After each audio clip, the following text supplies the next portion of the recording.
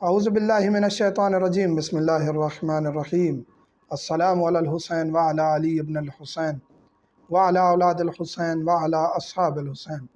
مومنین کرام، سابقہ لیکچر میں ہم نے ذکر کیا تھا کہ زنجیر زنی یا شارٹ اتار کے ماتم کرنا اور شارٹ اتارنا اور ننگے ہونے میں فرق ہے۔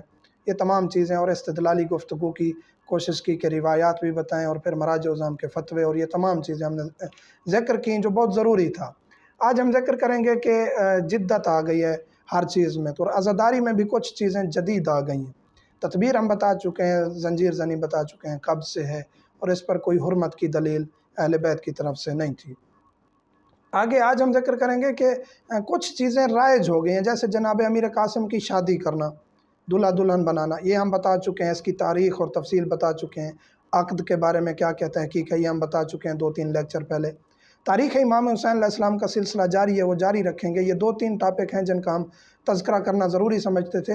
ایک تو یہ رسم آ گئی شادی کرنے کی اہل بیت علیہ السلام کے گھر میں 9 محرم کو یا 7 کو یا 8 کو، کوئی مختلف علاقوں میں مختلف تاریخیں ہیں، جناب امیر قاسم کی شادی منائی جاتی ہے۔ یہ ایک توہین ہے اہل بیت علیہ السلام کی، نہ ہم اس ایام میں شادی کے قائل ہیں، نہ اہل بیت نے شادی کی تھی، اور نہ ہمیں یہ اجازت ہے کہ آپ ان ایام میں کوئی ایسی رسم کریں۔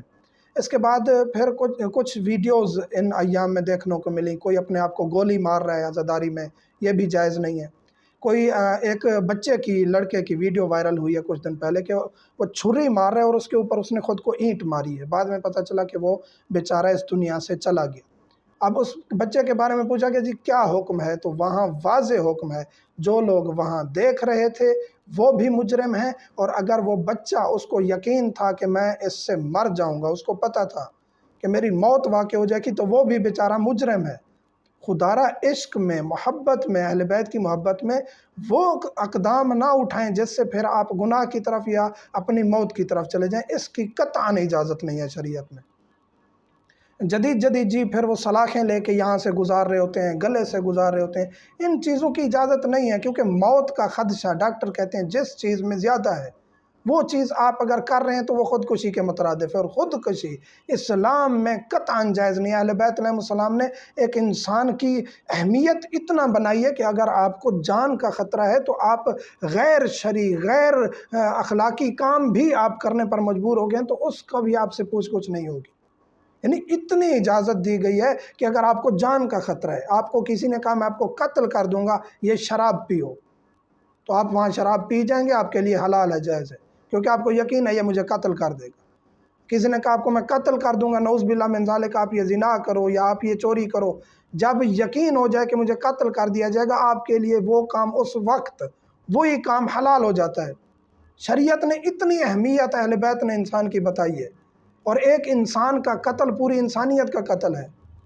اور ہم ٹھہرے ہوئے ہیں عزاداری کے دوران، کتنے بچے نوجوان بیچارے شہید ہو گئے، اللہ کو پیارے ہو گئے اس دوران، ان کا قصور کم ہے، ساتھ والوں کا زیادہ ہے، والدین کی تربیت میں بھی اثر ہے۔ عزاداری ہے، مراجع اعظام نے اجازت دی ہے، جس طرح خون بہانے کی اس طرح بہا سکتے ہیں، اپنے مرضے کے مطابق آپ خون بہا سکتے ہیں، اس میں اجازت ہی ہے۔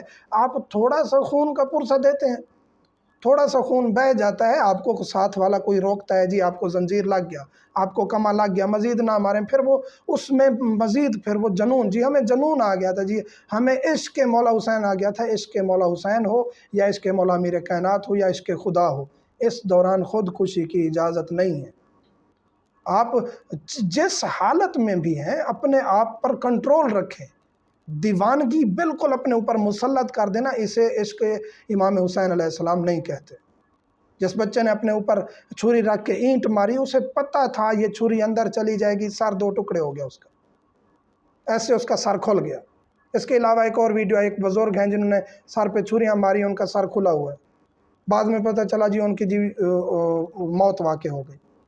اسی طرح ایک بچے نے 12-13 سال 14 سال کا تھا، ہمارے ہی علاقے کی بات ہے یہاں، اس نے زنجیر مارے، اور زنجیر ایسے مارے کہ جس کے اتنے بڑے پھل تھے اور وہ سارا جو ہے وہ دھار لگی ہوئی تھی۔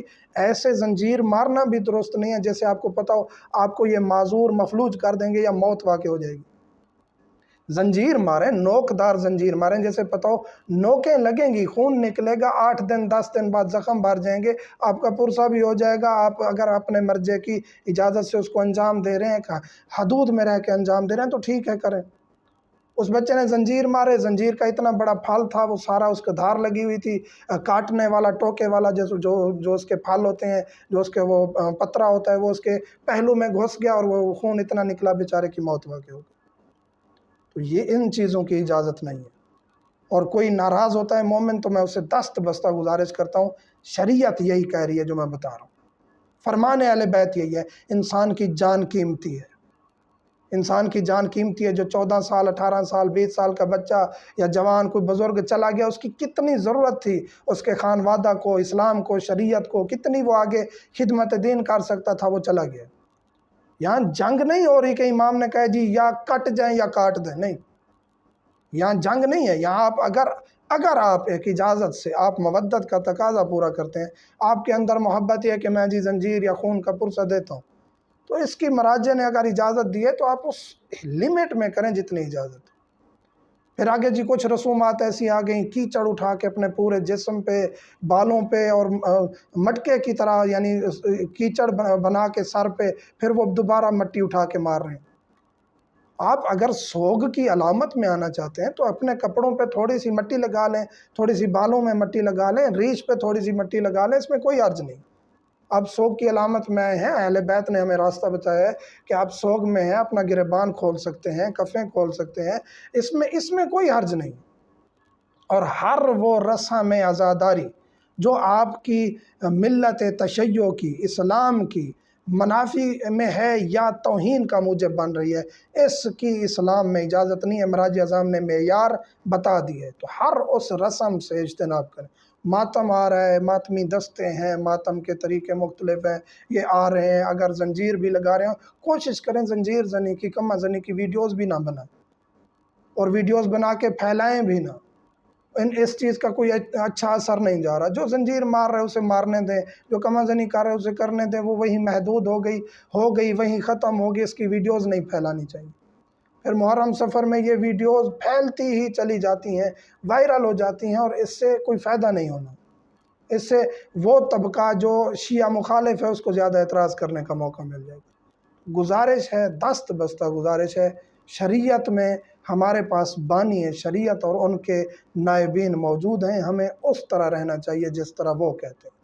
وہ متقی ہیں، وہ پرہیزگار ہیں، مراجع اعظام کی زندگیاں دین پہ خرچ ہوئیں، ان کی ظاہری زندگی میں کسی قسم کا گناہ، کسی قسم کی عیاشی، کسی قسم کا کوئی چیز ایسی نہیں ہے۔ عالم باعمل ہیں، تو ہمیں پھر غلط لوگوں کے مریدی میں آ کے، غلط لوگوں کی پیروی میں آ کے اپنی رسومات عزاداری اور ان چیزوں کو غلط ترویج نہیں دینی چاہیے کہ کہیں ہم فائدہ کرتے، ثواب کماتے، ہم گناہ تو نہیں کما رہے۔ مومنین سے ملتمس ہوں، دعا میں یاد رکھا کریں۔ والحمدللہ رب العالمین۔